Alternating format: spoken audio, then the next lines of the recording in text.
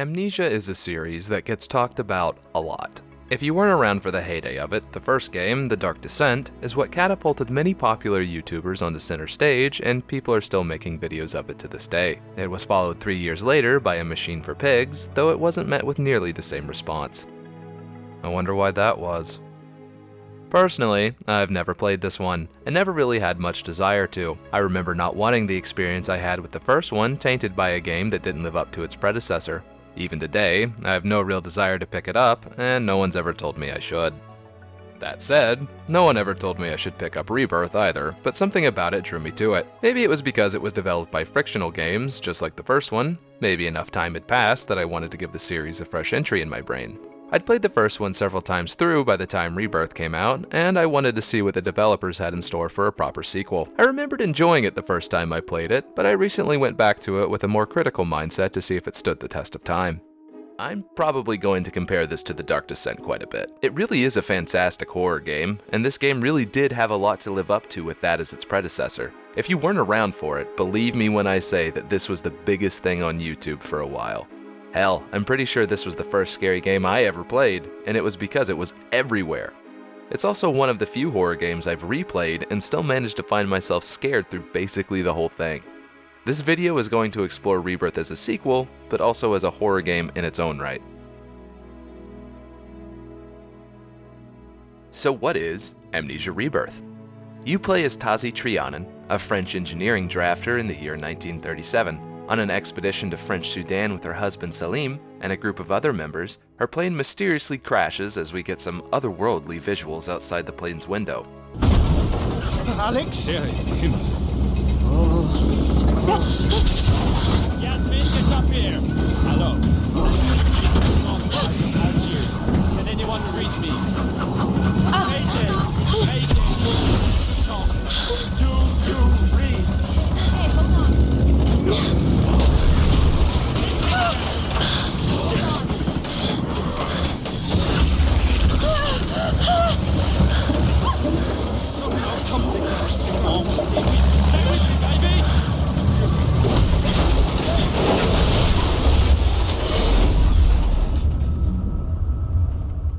I'm no expert, but I don't think that's Africa out there.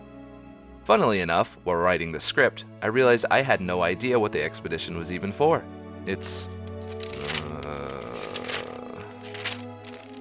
Well, it's 1937, and a large non-military group are heading into Africa. This usually meant one thing: robbing the indigenous cultures of ancient relics for profit. Maybe they had this coming. Anyway, after the crash, we jump forward an unspecified amount of time. You wake up on the crashed plane, but everyone is gone, and it's clear that some time has passed. Tazi has no memory of anything after the crash, and this is where we get this game's Amnesia. From here, it's out of the plane to try and find out what's happened. This is immediately a stark departure from the first game's atmosphere. You walk out into a bright open desert where you quickly learn that you're alone, and the most dangerous thing you'll have to face is the sun frying your brain over easy.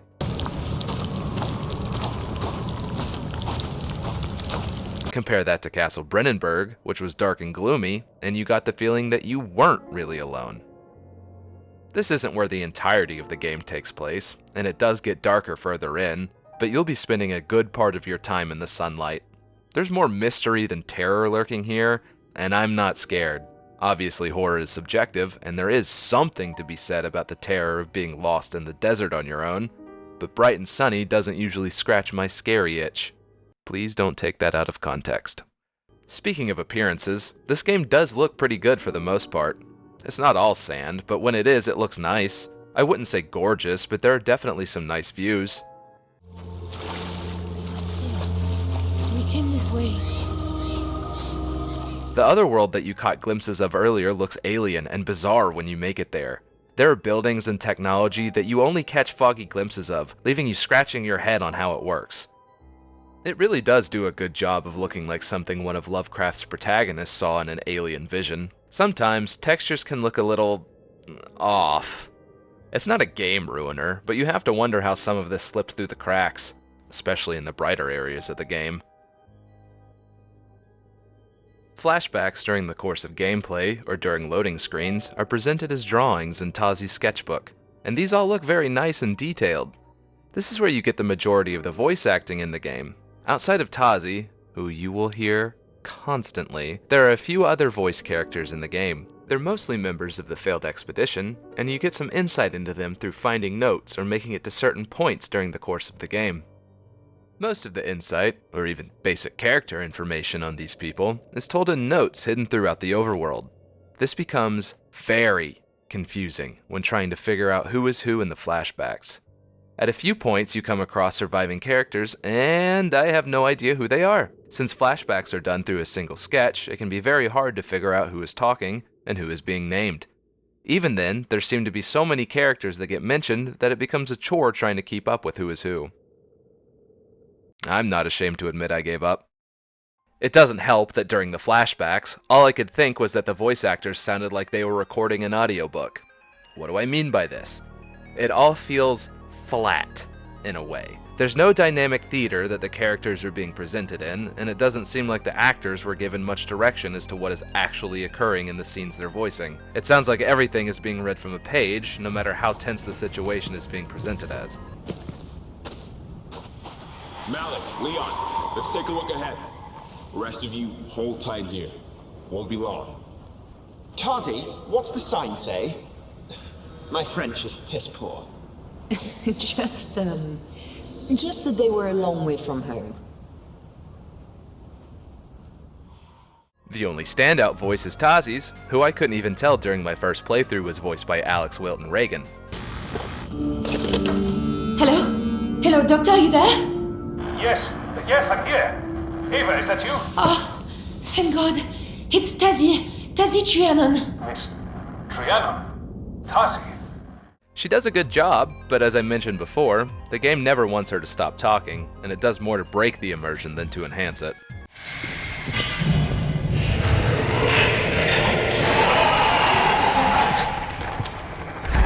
What's that thing?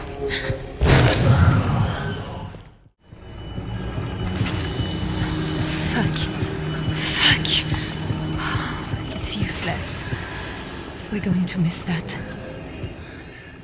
It absolutely kills the tension to hear your character talking so much in a horror game.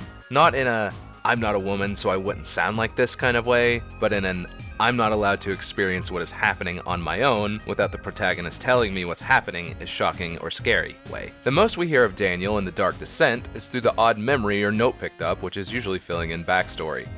Other than that, he'll gasp or make exclamations when he sees something that scares him, which serves to psychologically get into the head of the player. They're visceral reactions that poke at the monkey scared part of your brain. Compare that to tense moments in the dark being broken up by your character talking about how scared she is. Other than voices, the sounds are fitting for the situations you find them in. Everything does a good job of making the worlds you trek through feel alive, even if they're on the verge of dying.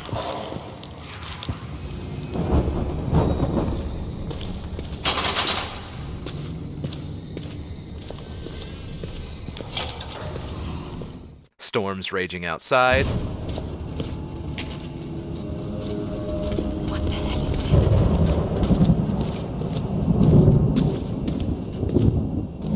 Wind whipping through abandoned ruins.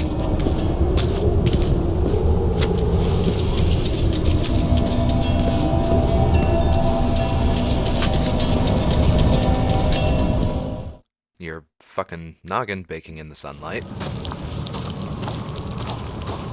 In terms of gameplay, the core formula hasn't been changed too drastically from the first game. You can pick up items and move and throw them. You've got your lantern with a dwindling fuel level to see in dark places, and you've got building fear that manifests in black lines on the edges of your screen. Let the fear build too high, and Tazi will be sent into a panic and run around in a daze until she comes to in a previous place in the level.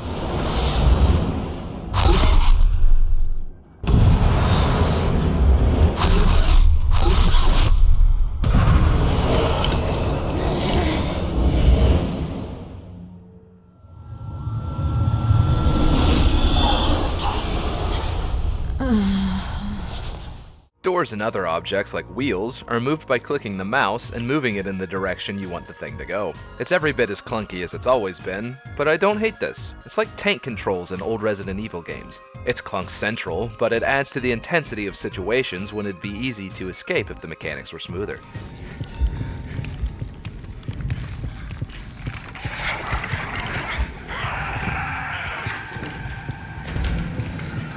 biggest departures from other entries are the fact that you don't have health to worry about, and tinderboxes have been replaced with matches. They provide momentary brightness and can be used to ignite multiple light sources with one match. They go out quickly, however, and go out even faster if you move around while holding one. I quite like this change, and matches don't feel nearly like the precious resource that need to be hoarded like tinderboxes were, though there were barely any times when I found that I was running low on them, and less of them to find would have been better to maintain a tense atmosphere. This is a good time to talk about some of the annoyances I have with this game's mechanics. When you have a lit match or are holding your lantern when you pick up a note, the light doesn't deplete, oil doesn't go down, and the match light stays where it was when you started reading. Your fear also doesn't increase. So the world around you is frozen, right? Nope. Ja, Schutzgeht. The fire and oil not going down leads you to a false sense of safety when reading notes. This doesn't make the game scarier, it just makes me not want to pick up what might be important story or lore notes in tense situations. There was nothing up to this point that told me monsters could still attack me. In fact, it basically taught me the exact opposite. This sucks. Another thing that gets on my nerves is how affected you are by disturbing sights. Corpses, monsters, or just generally scary sights can't be looked at for too long, or your fear will go through the roof. I'm sorry. I can't look at the scary sights in this scary game. Disturbing visuals are part of why I signed up for it, and I can barely look at them. It's also annoying how even if I'm not actively looking at some of these things, if they're on the screen, your vision goes blurry. The music in this game is minimal but effective, if not a little forgettable. There's no insane droning when a monster sees you like in the first game, but the drums really start to kick in when you're being chased.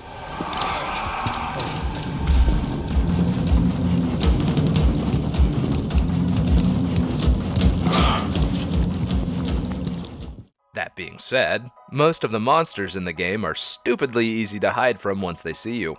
With no health, monsters attacking only increases your fear, and I didn't get sent frantically backtracking until much later into the game.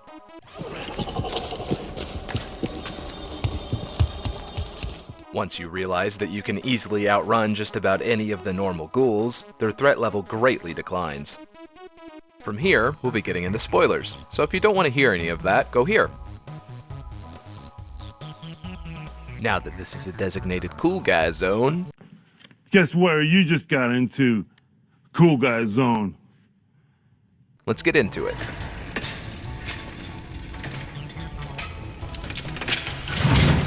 After wandering aimlessly through the desert for a bit, looking for her husband and any other members of the crew, Tazi begins exhibiting strange behavior when she gets too scared, as if something is trying to overtake her.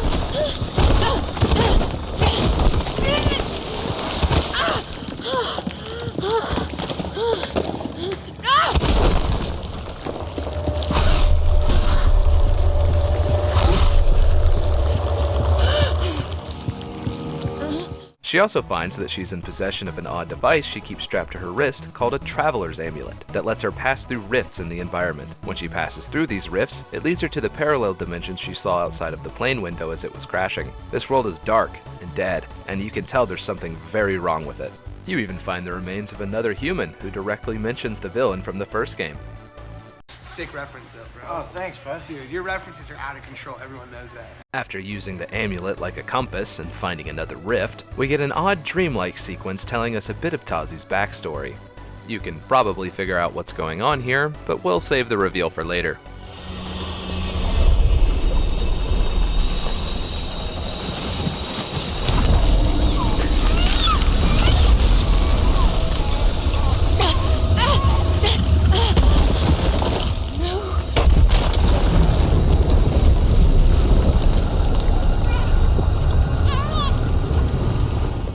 After watching the baby from Space Odyssey grow in the distance, I'm growing. She wakes to find herself back in the normal world, but still stuck in a cave. If the rapidly growing fetus wasn't clear enough for you, Tazi remembers that she's pregnant about 5 minutes later.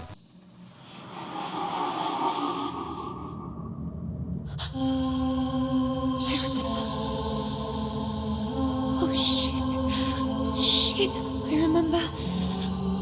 I'm pregnant. Luckily for her, the amulet she has must give her plus 10 protection because she's been getting knocked around all game so far and her baby's fine. Not so luckily, she immediately finds the corpse of her dead husband after remembering this. I'm not sure the timing could be any worse. No, please, my love. I'm here now, please stay. Determined to press onward, she takes the dead man's lantern and tries to make her way out of the cave, only to get trapped in a cave-in. This is going to be a common occurrence.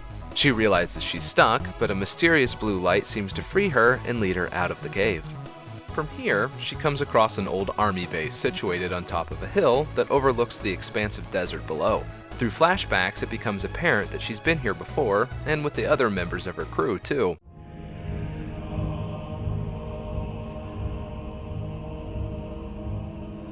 I have no memory of this place.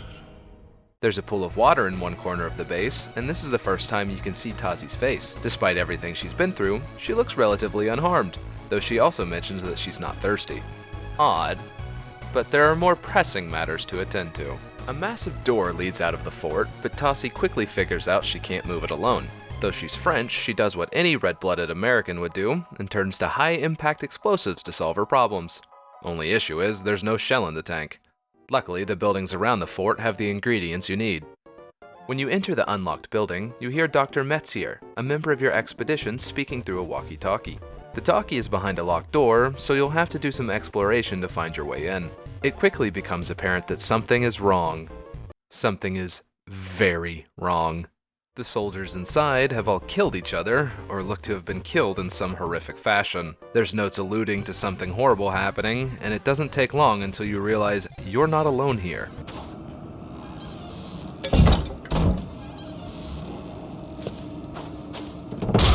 Shit! There's a quartermaster's store in here, but the door is locked. Come on, open the door, let me in! Moving your attention back to the walkie, you quickly learn that your best bet is to reattach the wheels on a cannon and push it to a weak point in the floor. You do this and can finally speak with the doctor. He sounds shocked to hear Tazi, but he does seem to already know of her condition. He tells her to make her way to a nearby village, which she immediately sets out to do. Her journey out of the building is expedited by the ghouls stalking you, finally bursting out of the quartermaster's store to chase you. Surprise, motherfucker! You make it out, and the ghoul slams the door a few times to spook you, but it pretty quickly fucks off. Fuck. Oh. I think it stopped. From here, you can head right back in to loot the store. You find an ingredient for the shell and a key for the locked building across the way. The ghoul try to spook you again, but he's as afraid of you as you are of him. Oh, look at the little guy. After this, you head over to the locked building across the way, where you'll find the other ingredients for the shell. Put it all together and slap that bad boy in the tank's launcher. Don't miss. Not that it matters, because the ground the tank was on is too unstable, and you fall through the sand as the tank falls on you.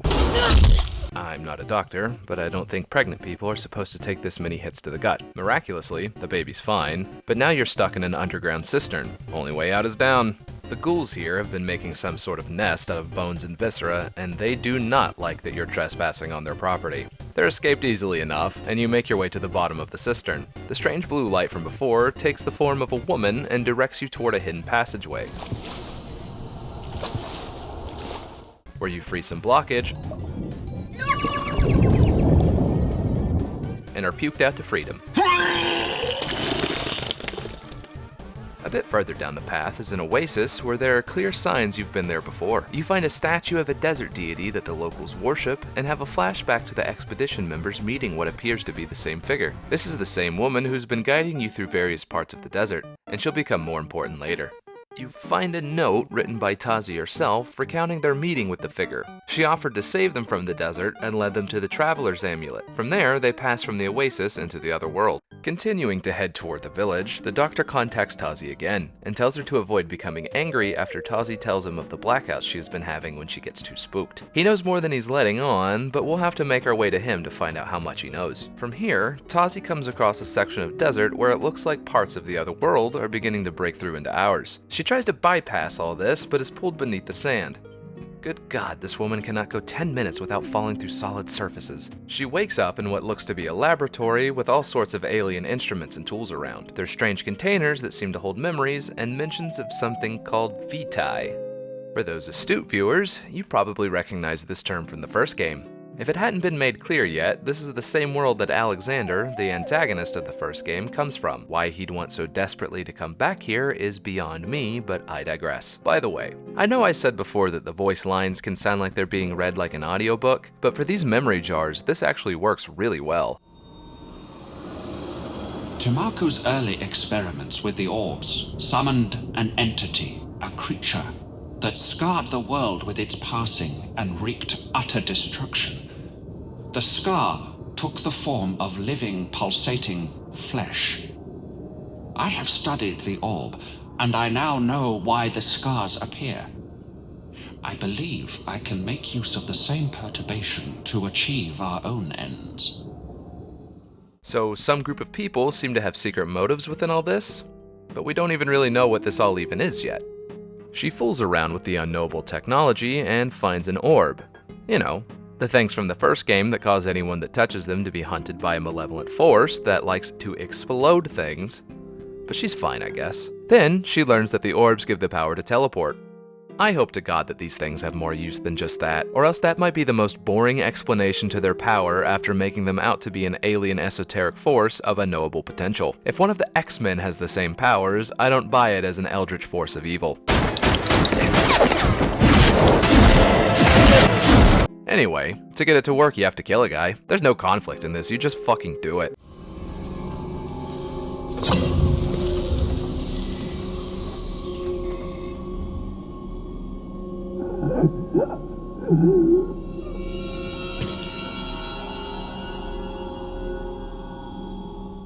It's clear what you're doing will kill this man, but Tazi doesn't give a shit. Yeah, too late to act like you care now. The teleport works, and we're met with a vision of blurry child. I don't think it's supposed to look like that. By now, it still hasn't outright stated that Tazi's lost a child, but it's been too on the nose to think otherwise. She wakes up from the blurry child hell and discovers that she's now even further along in her pregnancy. Again, not a doctor. Don't think that's normal.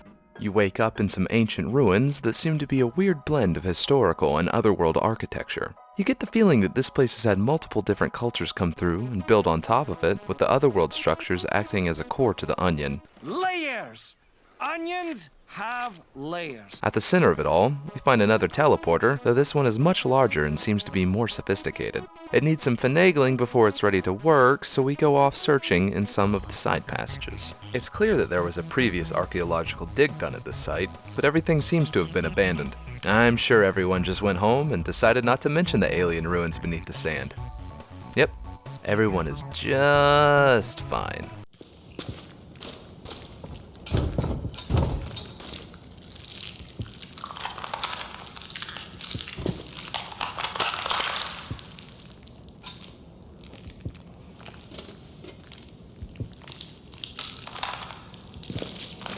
Anyway, it turns out that this is the dig site where Daniel, the first game's protagonist, found the orb that set in motion the events of the first game. Whatever ending you chose for him, it was probably a better fate than whatever happened to everyone else here. You do some puzzle solving to attune the teleporter, then go on the hunt for some more vitae to power the thing. A memory jar here will tell you about Tihana, the Empress of the Otherworld, and alludes to her desire to be a mother, though she seems to be unable to achieve this for some unspoken reason. Deeper into the older parts of the ruins reveals that this place is a whole facility created by the residents of the Otherworld. It had been implied a few times in the notes you find, but this place outright confirms it. Vitae is an energy that is extracted from living creatures that have been placed under extreme duress. You know, torture. Members of the Otherworld came to our plane of reality to kidnap humans for their experiments in vitae extractions, and set up this facility to try and figure out the best ways to produce the stuff. Your quest for a jar of the torture fluid brings you to a massive maze deep underground. It's almost impossible to see, there are switches and mechanisms that will block your way as you try to progress through it, and a note previously mentioned something called a harvester chases captured people through the maze. Blurring the line between ham-fisted warning and foreshadowing, we meet one of the members of the expedition who's been turned into one of the monsters you've been hiding from this whole game. So the monsters that have been chasing you seem to be linked more than tangentially to the vitae process and the Otherworld in general.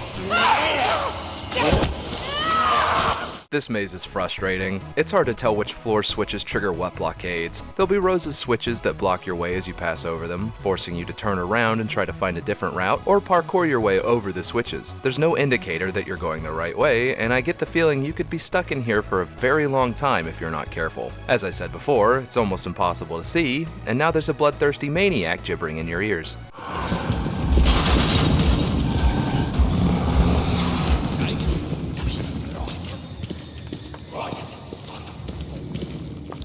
When luck finally graces you, making your way out feels more like a relief than an accomplishment. This isn't necessarily a bad thing, but it does make me not want to pick up this game again for this section alone. Pressing on, you find another member of your expedition being tortured on a rack by one of the harvesters. You trap the beast in a room and free the man, only to be immediately betrayed by him in a fruitless attempt at bargaining his life. Tazi's inner beast takes over, brutally murders the nice man, and then throws him in an alien machine that I assume grinds him up into a nice paste. You're rewarded with a nice new jar of Vitae, which gives us enough to power up the teleporter.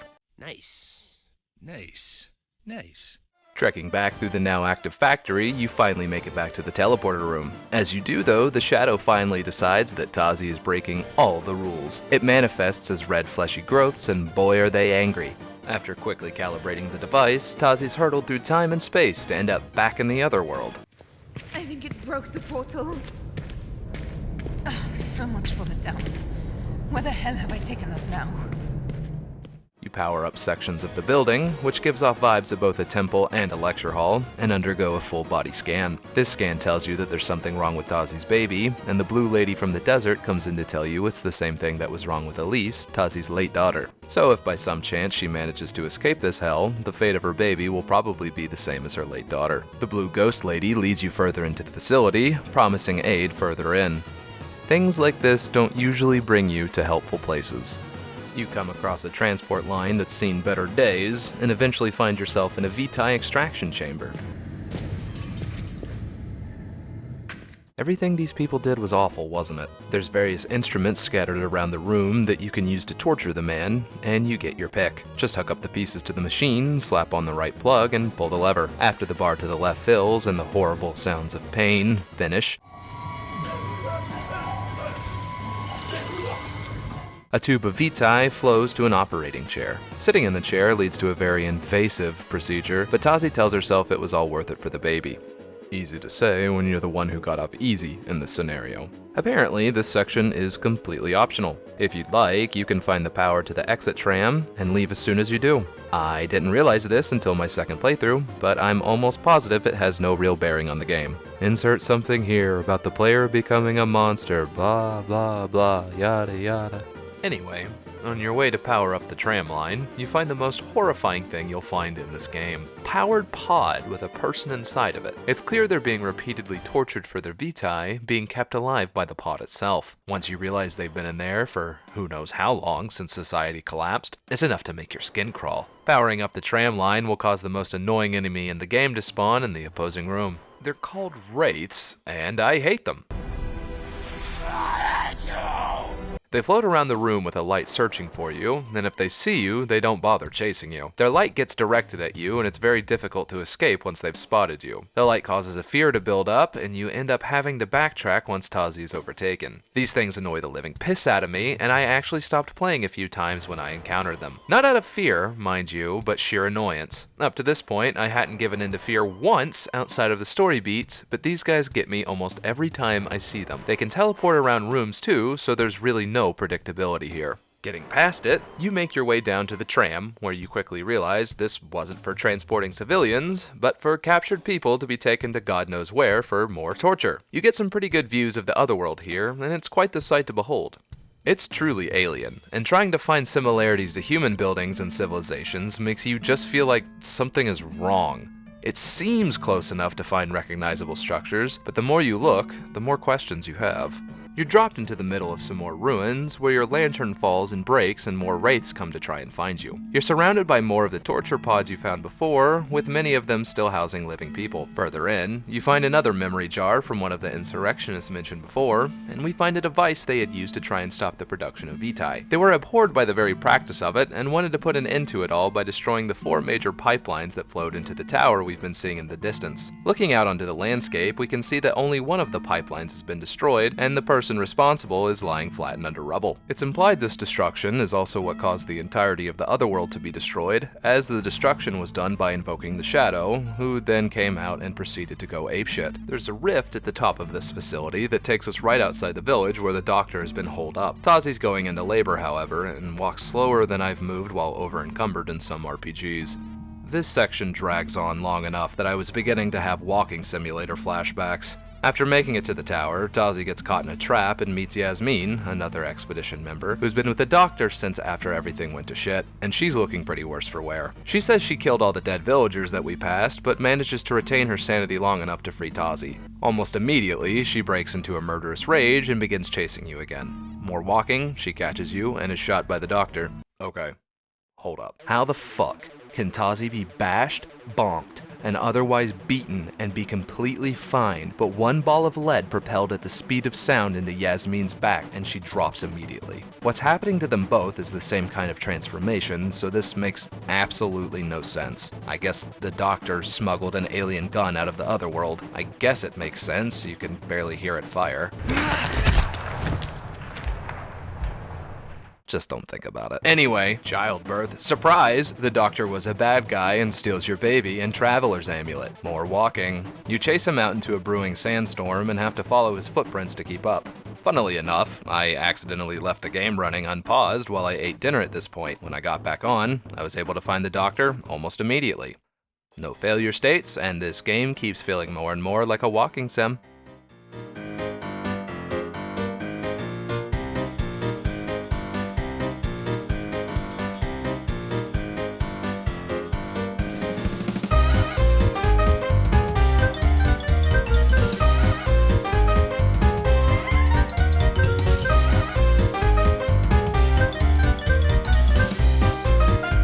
I know it seems like I'm going quickly now, but there's really not much to these parts. You plunge into the other world with a terrifying force only capable in new mothers, along a long walkway that leads to the tower that you've been seeing in the distance the whole game. Flashback dialogue finally wraps everything up if you hadn't figured it out by now. The blue lady that's been helping you is the Tihana, mentioned in the Otherworld memory jars and notes. She's been subsisting on vitae from captured subjects for who knows how long, and had appeared to the expedition to offer them aid in exchange for Tazi's baby. She refused, but Tiana tricked them into drinking water from a fountain found inside the tower, and this is the source of the harvester transformation that everyone is undergoing. From there, they managed to escape, but Tazi found herself losing her memories while everyone around her was slowly turning into a monster. If you think this sounds convoluted, you'd be right. Tihana first appeared to them while they were at an oasis. A member of the team was injured, but they'd already made it to the bunker where a radio was sitting in pristine condition.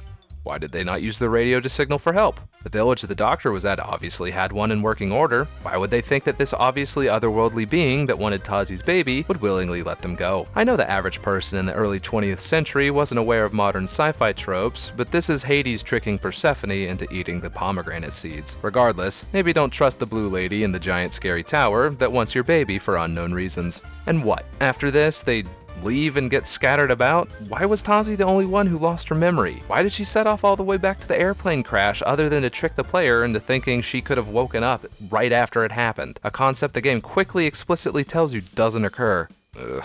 If I keep going with the plot holes, this video would be a lot longer than it already is. Oh, look who wants to get to the point all of a sudden. You chase after the doctor, do some electrical work, and get a good look at your face. You, ain't looking too good there, Tazi. Apparently you still look fine if you haven't given in to fear many times during the game, but the Wraiths made sure I didn't get to see that. Ascending the elevator, there's a conveniently placed orb teleporter waiting for you in a long hallway before you finally confront the doctor and bash his skull open. It's here that we finally see the true form of Tihana, and she's as alien and out of focus as you could hope for. Her avatar leads you to a crib where you find your baby, and this is where the 3 endings to the game begin. Ending number 1, you leave the baby in the crib, having been convinced by Tihana that her condition will cause another premature death unless she stays and is kept alive by a constant supply of vitae. She'd be a monster raised by a monster, but she'd be alive. Tazi's reward for this sacrifice is to be turned into a mindless harvester that roams the otherworld for eternity. This ending sucks.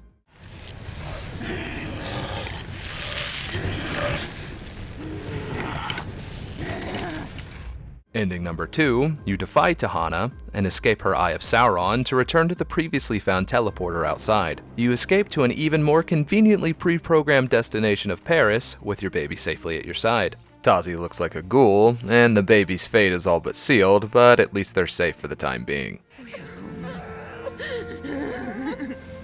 In the final ending, you take the syringe you found earlier and inject the Shadow's flesh into the vitae lines that are keeping Tihana alive. Doing this destroys the facilities and puts the torture victims out of their eternal misery. Tihana dies as a result, but the building is overwhelmed by the Shadow, and Tazi and the baby become victims of it as well.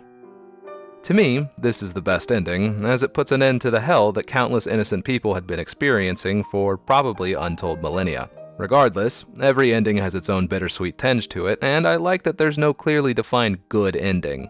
So there you have it, the sequel everyone seemed to want, and then everyone seemed to subsequently forget. After going through the story, I think it's pretty clear why.